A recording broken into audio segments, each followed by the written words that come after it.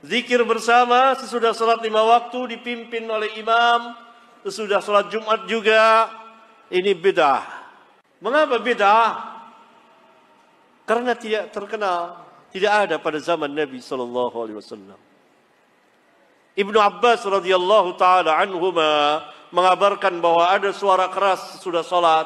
Itu Nabi SAW litta'lim, untuk mengajarkan para sahabat dalam masa yang singkat. Orang yang paling alim tentang hadis atau ahli hadis besar seperti Al-Imam Asy-Syafi'i rahimahullahu taala mengatakan seperti itu. Di antaranya beliau yang mengatakan itu untuk litta'lim, mengajarkan. Kalau benar terus menerus tentu akan dinukil oleh para sahabat ridwanullah alaihim jami'an.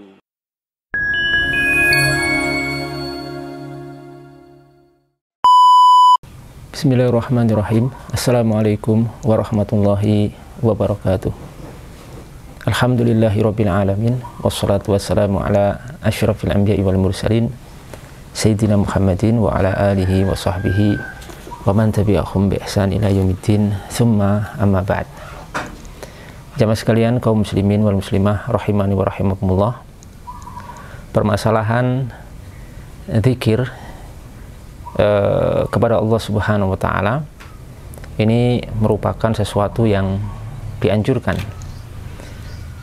baik dari Al-Qur'an Al-Karim ataupun dari sunnah Nabi Muhammad SAW. Sangat banyak ayat-ayat dan hadis-hadis yang memerintahkan kita untuk memperbanyak berzikir kepada Allah Subhanahu wa taala.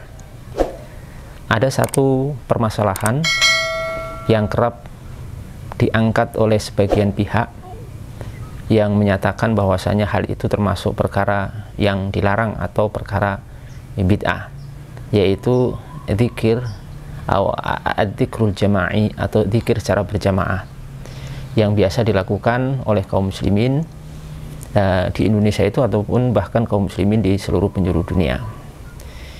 Zikir dengan skema berjamaah bersama-sama yang kadang dipimpin oleh satu orang, seperti misalkan zikir setelah sholat fardu ataupun zikir secara umum ya yang dilakukan secara berjamaah.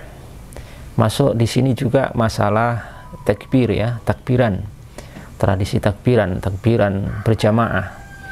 Ya, di situ juga disebutkan bahwasanya takbir yakni kalimat Allahu Akbar itu termasuk jenis daripada salah satu zikir kepada Allah Subhanahu wa taala, yang mana kaum muslimin di Indonesia ini juga biasa melakukan secara berjamaah dengan istilah takbiran di malam hari raya Idul Fitri ataupun Idul Adha.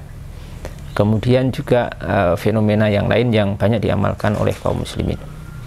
Nah, ini oleh sebagian pihak dikatakan sebagai bentuk perkara yang dilarang katanya, termasuk perkara bid'ah. Katanya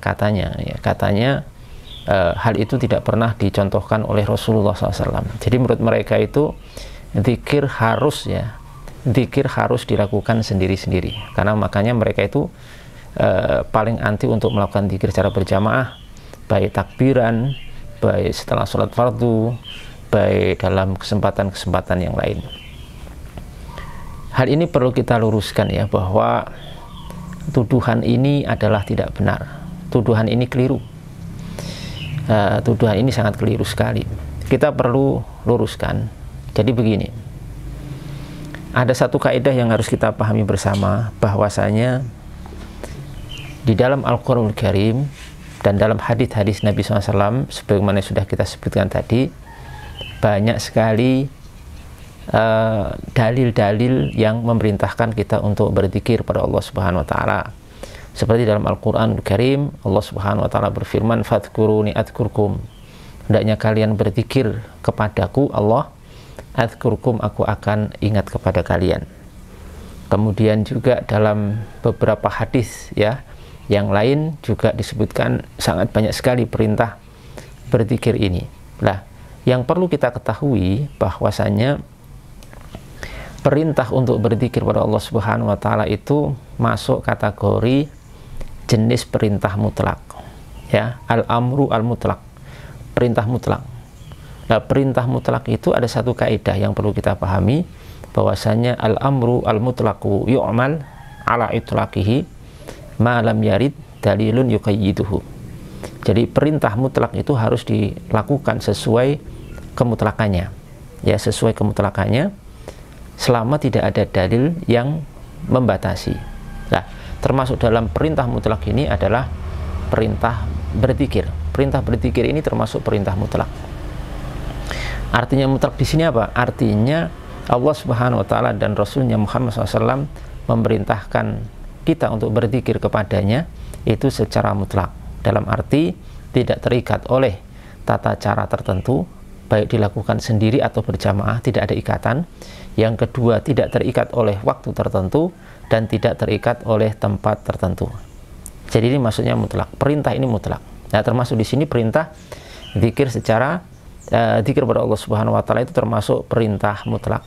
Artinya tidak terbatasi.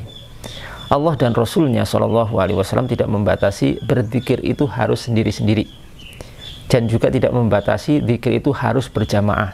Tidak ada. Yang ada mutlak perintahnya. Lah, karena mutlak berarti meliputi dua kaifiat ini, dua tata cara ini. Artinya bisa dilakukan sendiri-sendiri dan bisa dilakukan secara berjamaah. Oleh karena itu, zikir jama'i atau zikir secara berjamaah itu sudah masuk dalam perintah mutlak. Makanya para ulama kita rahimahumullahu ta'ala menyatakan, fa innal amra mutlak bidzikrillah yatanawalu adzikra al-jama'iyyah. Jadi perintah mutlak untuk berzikir pada Allah itu adalah sudah meliputi, mengandung juga secara tidak langsung zikir secara berjamaah, ya, tata cara zikir berjamaah.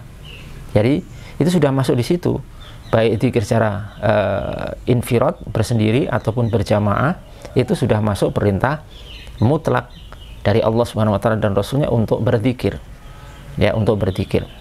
Ya, kemudian mereka mengatakan, wa idza syara'a Allah Subhanahu wa taala amran ala jihatil itlaq.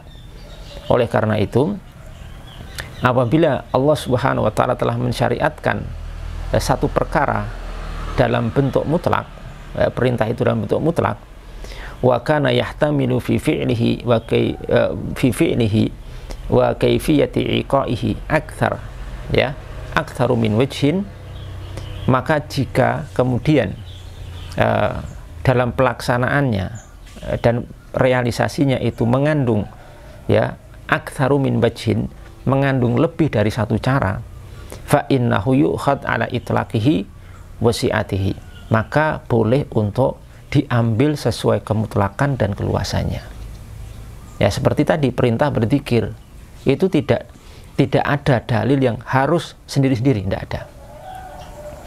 Tidak ada pula yang harus berjamaah, juga tidak ada. Ya, karena mutlak maka apa? Mengandung lebih dari satu cara, bisa sendiri-sendiri, bisa berjamaah. Oleh karena mengandung dua kaifiat ini, bisa diambil dua-duanya, bisa kita amalkan zikir itu sendiri-sendiri dan juga bisa kita amalkan zikir itu secara berjamaah. Ya, ini kita main dalam kaidah usuliyah, ya, kaidah usul yang ini sebagai jembatan kita untuk memahami nusus nas-nas dari Al-Quran wal Hadis Nabi Shallallahu Alaihi Wasallam. Kemudian dilanjutkan di sini, wala yasihu taqyiduhu biwajhin duna wajhin illa bidalil, maka kita tidak boleh kemudian membatasi perintah mutlak ini dengan satu cara tanpa cara yang lain kecuali dengan dalil. Jadi begini, justru mereka yang melarang zikir secara berjamaah, ya, dan mengharuskan zikir secara sendiri-sendiri, itu yang dituntut untuk mendatangkan dalil yang spesifik. Mana dalilnya yang mengharuskan zikir itu harus sendiri, mana yang menunjukkan dalil yang melarang zikir secara berjamaah. Kenapa? Karena kaum muslimin bahkan bisa katakan zikir berjamaah itu dianjurkan, dibolehkan oleh jumhurul ulama, mayoritas ulama atau bahkan hampir semua ulama. Lah, yang mereka membid'ahkan dan melarang hal itu, maka yang dituntut untuk mendatangkan dalil, mana dalil larangannya? Mana dalil larangannya zikir tidak boleh berjamaah? Mana dalil yang mengharuskan zikir harus sendiri-sendiri? Begitu. ya, karena kita kembali ke hukum asal bahwa orang kaum muslimin yang berzikir, mengamalkan zikir dengan cara berjamaah itu sudah sesuai dengan perintah kandungan perintah-perintah berzikir dalam Al-Quran dan hadis yang datang secara mutlak. Ya, jadi jangan malah yang dituntut dalil yang berzikir secara berjamaah, tapi bahkan yang seharusnya yang melarang itu yang dituntut untuk mendatangkan dalil. Ini secara kaidah.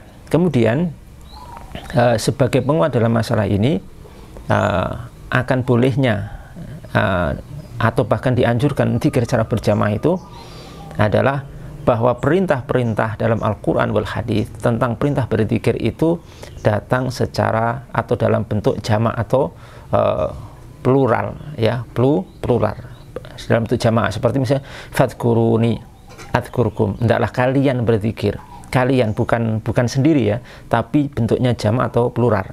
Kalian, fadkuruni adkurkum. Yang namanya jamak atau banyak itu berarti apa?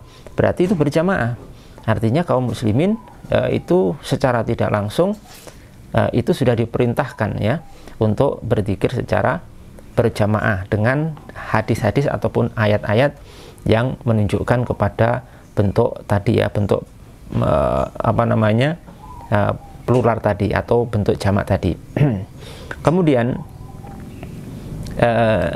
penguat yang berikutnya, kalau kita perhatikan hadis-hadis Nabi Muhammad SAW tentang masalah zikir, itu banyak hadis-hadis yang secara eksplisit itu menyiratkan, memerintahkan dan menganjurkan untuk berjamaah, bahkan seperti itu.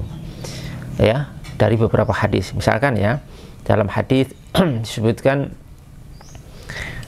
Allah Subhanahu wa taala berfirman di sini, hadits qudsi dari hadis Abu Hurairah radhiyallahu taala anhu, disebutkan di situ Allah Subhanahu wa taala menyatakan, ana inda dhanni abdi bi ana ma'ahu idza dzakarani fa in dzakarani fi nafsihi dzakartuhu fi nafsi wa in dzakarani fi mala'in dzakartuhu fi mala'in khairim minhu.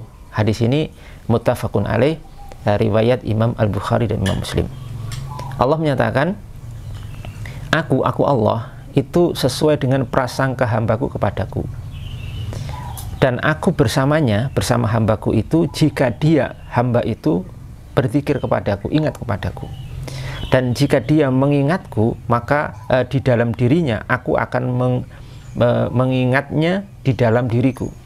Dan ketika dia mengingatku di fimalain, di sekumpulan orang, di jamaah orang, maka aku akan mengingat dia, menyebutnya di sekumpulan ya makhlukku yang lebih baik darinya. Nah, di sini syahidnya pada kalimat wa in dzakarani fi malain, jika hambaku itu menyebutku, berzikir kepadaku, fi malain, dalam sekumpulan atau kelompok orang. Berarti ini apa? Ya berjamaah, zikir secara berjamaah. Ya, ini secara eksplisit menyampaikan seperti itu, akan bolehnya hal itu. Juga misalkan dalam hadis lain yang masih dari sahabat Abu Hurairah dan juga sahabat Abu Sa'id Al-Khudri radhiyallahu anhuma. Dalam hadis tersebut disebutkan, riwayat Imam Tirmidzi, Nabi SAW sabda, ma min qaumin yadhkurullaha illa haffathumul malaikatu wa ghasyiyatuhumur rahmatu wa nazalat alaihimus sakinatu wa dzakarahumullahu fi man indahu. Yang artinya, tidaklah min qaumin, sekumpulan orang. Loh, berarti apa? Ini berjamaah, karena kaum, min qaumin artinya sekumpulan orang. Tidaklah sekumpulan orang yadhkurunallaha, mereka semua berzikir pada Allah. Berarti ini zikir berjamaah. Karena apa? Tidak sendiri, berzikir, berkumpul di satu tempat, di masjid, di tempat-tempat lain untuk berzikir pada Allah Subhanahu wa taala, kecuali apa? Kecuali para malaikat akan menaungi mereka, akan ghasyiyatuhumur rahmah, meliputi dengan rahmat, kemudian akan turun ketenangan kepada mereka, dan Allah Subhanahu wa taala akan menyebut mereka fiman indahu, di sisi orang-orang yang, atau di sisi makhluk yang ada di sisinya. Ini jelas sekali bahwasanya hal ini terjadi bersama-sama atau secara berkelompok. Ya, ini namanya dzikru al-jama'i, zikir secara berjamaah. Dan kata para ulama kita, konteks hadis ini untuk zikir yang keras, ya, yang jahr, yang dikeraskan. Mereka mengatakan wala yakhfa anna dzikra al-jama'iyya yakunu min khilal al-jahri bi dzikri ghaliban. Bahwasanya tidak samar bahwa zikir jamaah itu biasanya terjadi ketika zikir itu dikeraskan. Secara umum seperti itu. Ya, ini juga ada hadis seperti ini, ya. Hadis tentang masalah secara eksplisit menganjurkan hal itu, ya, dengan apa yang sudah kita sebutkan tadi. Teman-teman sekalian yang dimuliakan Allah Subhanahu wa taala, juga kita tambahkan satu hadis, ya, satu hadis lagi. Hadis tentang, ya, atau yang datang dalam Sahih Muslim, dari Muawiyah radhiyallahu anhu. Disebutkan di situ bahwasanya satu ketika oleh Muawiyah, beliau mengatakan kharaja Rasulullah sallallahu alaihi wasallam ala halaqatin min ashabi. Nah, ini jelas sekali. Rasulullah SAW satu ketika keluar ke halqah. Halqah itu sekumpulan, ya, kelompok orang min ashabi, dari para sahabatnya, bukan sendiri, ya. Waktu itu para sahabat sedang berkumpul. Faqala, kemudian Rasulullah bertanya, ma'ajlasakum? Qalu jalasna nadhkurullaha ta'ala wa nahmaduhu ala ma hadana lil Islam wa man nabihi alaina. Kemudian Rasulullah SAW bertanya, apa yang membuat kalian duduk berkumpul seperti ini? Ma'ajlasakum. Duduk berkumpul seperti ini, apa yang menjadi sebab kalian melakukan ini? Para sahabat menjawab, kami duduk nadhkurullaha ta'ala. Perhatikan, jalasna nadhkurullaha ta'ala. Kami duduk, ya, untuk berzikir pada Allah Subhanahu wa taala, memujinya atas apa yang sudah Allah berikan kepada kami berupa al-Islam, agama Islam ini, dan anugerah beliau Rasulullah SAW untuk kami, anugerah Nabi Muhammad SAW untuk kita, ya, seperti itu sampai akhir hadis. Dan di sini Allah Subhanahu wa taala atau Rasulullah SAW tidak mengingkari akan perbuatan ini, ya, tidak mengingkari akan perbuatan ini, ya. Bahkan beliau memuji di akhir hadis bahwasanya Allah Subhanahu wa taala atau beliau didatangi oleh malaikat Jibril, dan kemudian Jibril mengkabarkan kepada beliau annallaha ta'ala yubahi bikumul malaikah, Allah itu membanggakan kalian di depan para malaikatnya. Artinya malah Allah juga membanggakan fenomena itu, dan juga Rasulullah SAW tidak mengingkari atau bahkan juga menyetujui akan hal tersebut. Ya, di sini jelas sekali apa yang sudah kita sebutkan tadi, bahwa secara eksplisit, ya, dalil-dalil ini menunjukkan bolehnya dan anjuran untuk berzikir kepada Allah Subhanahu wa taala secara berjamaah. Disebutkan oleh para ulama kita, ya, diantaranya di sini saya nukilkan yang mudah saja, ya, mudah saja disebutkan oleh para ulama kita tentang kesunahan atau anjuran zikir secara berjamaah di fatwa dari Darul Ifta Jordan hafizahumullahu taala. Beliau mengatakan, ini komisi fatwa resmi Darul Ifta Jordan, ini komisi fatwa Ahlussunnah wal Jamaah di negeri itu. Mereka mengatakan amma dzikru wa du'a'u al-jama'iyyu wa raf'u sauti bihima fa mustahabbun. Adapun zikir, doa secara berjamaah itu merupakan dan mengeraskan suara merupakan suatu hal yang sangat dianjurkan sekali, ya. Kemudian beliau menyebutkan beberapa dalil dalam masalah ini yang diantara sudah kita sebutkan tadi, ya. Bahkan juga Imam Nawawi dalam Al-Adhkar halaman 8 beliau juga menyatakan i'lam anhu kama yustahabbu adzikru yustahabbu al-julus fi hilaki ahli. Sebagaimana zikir itu dianjurkan, maka dianjurkan juga untuk duduk di hilaki ahlihi, untuk duduk di kelompok orang-orang yang berzikir. Hilak Ya, hilak artinya halaqah, artinya kelompok orang yang berzikir. Berarti di sini Imam Nawawi juga mentakrir akan hal ini, Teman-teman sekalian dimuliakan Allah Subhanahu wa taala. Kemudian perlu kita ketahui bahwasanya berkelompok untuk berzikir secara bersama-sama itu kan sebenarnya kalau kita mau amati itu merupakan bagian dari wasilah saja. Wasilah, bukan ibadah. Jadi kalau ibadahnya zikir, tapi wasilahnya itu bisa sendiri-sendiri, perantaranya bisa berjamaah, kan begitu. Karena ibadahnya zikirnya itu.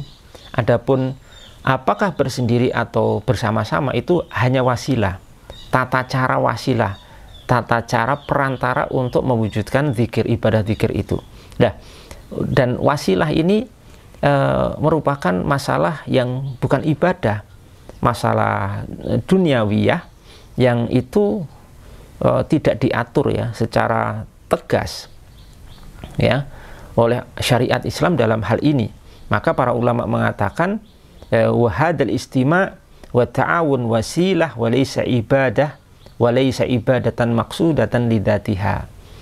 Jadi ibadah kumpulan ini adalah masuk wasilah saja, bukan ibadah. Lah kalau ibadah memang harus ada dalil secara spesifik, tapi kalau wasilah itu hukum asalnya adalah boleh, dan memang tidak ada dalil yang melarang akan hal itu. Mau berjamaah mau sendiri diperbolehkan, dan bukan termasuk ibadatan maksudatan lidzatiha, bukan merupakan ibadah yang memang dimaksudkan secara zatnya.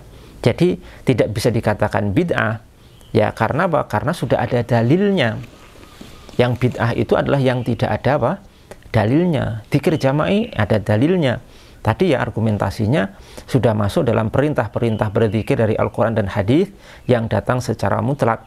Yang mutlak itu meliputi dua tata cara, sendiri-sendiri dan berjamaah. Yang kedua adalah dalilnya hadis-hadis tadi ya, ayat hadis yang memerintahkan secara berjamaah. Bentuknya jama' atau plural. Kemudian yang ketiga, hadis-hadis yang secara eksplisit juga menyebutkan hal itu. Dan tadi para sahabat pun diketahui berzikir secara berjamaah ya, jalasna nadkurullah tadi, kami duduk bareng-bareng dan berzikir pada Allah Subhanahu wa taala. Jelas sekali, dan itu tidak diingkari Nabi, bahkan dibanggakan di hadapan para malaikatnya ya. Jadi kalau yang bid'ah itu yang tidak ada dalilnya atau menyelisih dalil, itu baru bid'ah. Kalau yang ada dalilnya itu tidak kemudian tidak kemudian itu merupakan sesuatu yang bid'ah. Bisa dicek terangan ini ya, masalah bid'ah pengertiannya itu dalam pernyataan Imam Ibnu Rajab Al-Hambali dalam Jami' Al-Ulum wal Hikam, Kemudian yang terakhir, bahwasanya sebagian dalil-dalil yang secara eksplisit menyebutkan seakan-akan itu adalah zikir itu sendiri misalkan, atau dengan suara tidak keras misalkan, atau misalkan yang semakna dengan itu adalah dipadukan dengan dalil-dalil lain yang secara eksplisit pula menyebutkan zikir itu dianjurkan berjamaah, zikir itu dibolehkan dengan suara keras. Itu jalan komprominya bagaimana? Jalan komprominya bahwasanya mana yang lebih afdal dilakukan itu yakhtalifu bikhtilaf az-zaman wal makan wal ahwal wal asqas. Jadi akan berbeda-beda dengan perbedaan waktu, tempat, orang dan kondisi. Ya, kadang-kadang kita memang ada kebutuhan, ada hajat untuk berjamaah, zikir jamaah, seperti takbiran. Takbiran itu ya syiarnya berjamaah. Kalau sendiri-sendiri ya boleh, tapi kurang kuat, kurang tandas gitu ya. Sebagai satu syiar, kalau berjamaah itu akan lebih menggema, akan lebih kuat dan seterusnya. Berarti apa? Di sini kadang kita mengamalkan zikir sendiri-sendiri, kadang kita mengamalkan zikir dengan berjamaah, dan itu semuanya sesuai dengan dalil, dan kita kompromikan bahwa dalil itu tidak ada pertentangan. Seperti dalam mazhab Imam Syafi'i, dibolehkan seorang imam itu untuk zikir keras dan melantunkan zikir secara keras dan berjamaah ketika imam itu punya maksud untuk ta'limun nas, untuk mengajari makmum berzikir, makmum berzikir itu dibolehkan dalam madhab Imam Syafi'i dan bisa dicek dalam kitab-kitab fikih madhab Imam Syafi'i. Dan yang terakhir, mungkin ada yang menyatakan itu tidak dilakukan Nabi zikir secara berjamaah. Ini keliru, karena sesuatu yang tidak dilakukan Nabi itu belum tentu dilarang, belum tentu haram, belum tentu bid'ah. Kenapa? Karena Nabi di satu kesempatan mentakrir, menyetujui perbuatan para sahabat zikir secara berjamaah. Tadi hadisnya sudah kita sebutkan, ya kan? Sudah kita sebutkan. Ya, kemudian apa yang tidak dilakukan Nabi itu belum tentu bid'ah atau haram. Kenapa? Karena mungkin walaupun tidak dilakukan Nabi, tapi ada dalilnya. Contoh seperti misalkan zakat fitrah dengan beras. Nabi SAW tidak pernah melakukan, ya, tidak pernah Nabi itu zakat fitrah dengan beras. Tapi apakah kemudian zakat fitrah dengan beras itu bid'ah? Tidak, karena zakat fitrah dengan beras itu ada dalilnya. Seandainya zikir berjamaah tidak pernah dilakukan Nabi, ya tidak apa-apa, tapi ada dalilnya. Seperti zakat fitrah dengan beras, Nabi tidak melakukan, tapi tidak otomatis jadi bid'ah. Zakat fitrah dengan beras. Zikir jamaah seandainya, itu baru seandainya ya, Nabi tidak pernah melakukan zikir berjamaah, tapi ada dalilnya, sehingga kalau ada dalilnya itu tidak ada, ya, tidak dibid'ahkan atau tidak dihukumi sebagai bid'ah. Jadi ada satu kaidah yang perlu teman-teman pahami, ya, tarkun Nabi SAW fi'lan minal af'al la yadullu ala tahrimi atau ala man'ihi, bahwa ketika Nabi Muhammad SAW meninggalkan satu perkara itu tidak secara otomatis menjadikan perkara itu dilarang atau diharamkan. Semoga ini menjadi penjelasan yang bermanfaat untuk kita semuanya, dan kesimpulannya bahwasanya zikir itu boleh dilakukan sendiri-sendiri dan boleh dilakukan secara berjamaah. Ini boleh dan itu boleh. Oleh karena itu kita tidak boleh kemudian ceroboh untuk kemudian membid'ahkan ini, membid'ahkan yang ini, menyesatkan yang itu. Silahkan berbeda pendapat, tapi wajib saling menghargai dan menghormati di antara sesama muslim. Semoga bermanfaat. Assalamualaikum warahmatullahi wabarakatuh.